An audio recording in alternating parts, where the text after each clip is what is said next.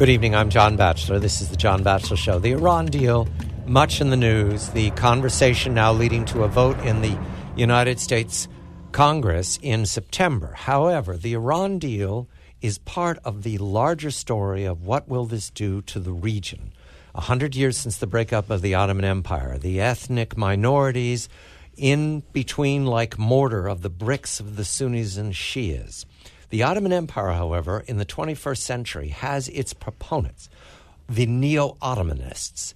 That is a way of describing in general terms, very general terms, the president of Turkey, Erdogan, the very strong hand of Erdogan and his military in the region along the Syrian frontier, the Syrian civil war.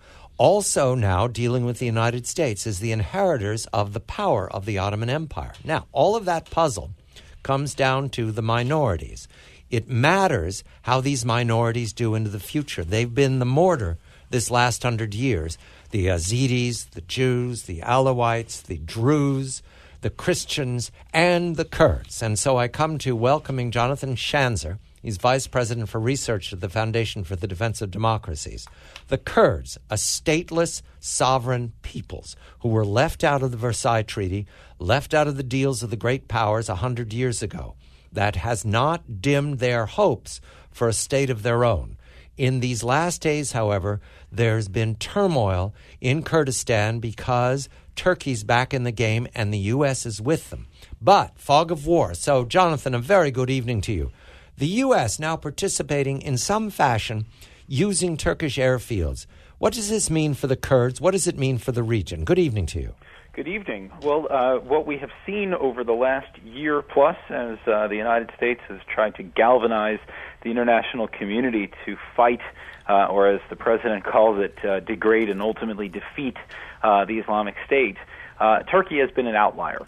Turkey has been supporting many of the jihadist groups that have been fighting in Syria, including ISIS, including the Nusra Front and others, and the Turks have been playing a very dangerous double game. All the while, the United States has been pressuring the Turks to get on side with us. Suddenly, last month, there was a suicide bombing in eastern Turkey by a Kurd associated with the Islamic State, although it was never claimed by the Islamic State.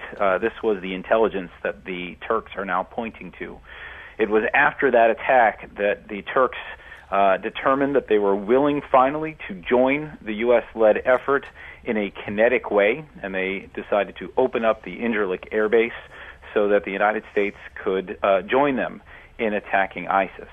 What we're seeing, though, right now is that while the United States is engaged in that effort, it is in fact the Turks that are going after Kurdish groups instead.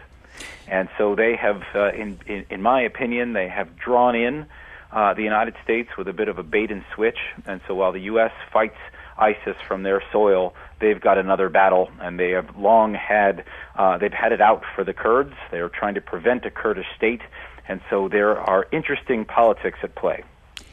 But the United States does not have full access to the Air Force Base. No, that's the problem, Malcolm, and this is an historic problem. That Incirlik, this was a base that was created after the United States invited Turkey under the NATO umbrella in the early 1950s. In the early years after Incirlik was established, the United States had full access. In fact, the United States had a free reign where they could operate anywhere around the region without even asking for Turkish permission. The Turks changed that, and they have since made it virtually impossible for the United States to operate at will in the region. They can only operate under the NATO flag. They cannot engage in operations without asking the Turks first. And so there are always strings attached. And right now, the U.S. may be working out of Incirlik, but tomorrow the Turks could pull the rug out right from under us. So let me just clarify and in part answer what your answer to John. The Turks are not fighting Assad. The Turks are not fighting the Islamic State. They're using the bombing runs to fight the Kurds because of their own political and internal political purposes and because of the last election, et cetera. They're not, in fact, an ally of the United States in the wars the United States is conducting. Well, let me be clear. They are fighting Assad, but they're fighting Assad through a proxy. And when we talk about the war against the Islamic State, of course, the most potent fighting force against ISIS over the last year has been the Kurds, right. And the Turks are now working against them. And so you can get a sense of how complicated this battle space is. But when one asks whether the Turks are in fact allies of the United States, it is very complicated. We have advanced weaponry there. We have the NATO alliance that I spoke of. But at the same time, the Turks have been providing assistance to Iran, helping them evade sanctions. They have Hamas members that have a headquarters in Turkey. They have been providing assistance to ISIS and the Nusra Front. This is a duplicitous regime under Tayyip Erdogan, and we should not count on them to be allies. The Kurds.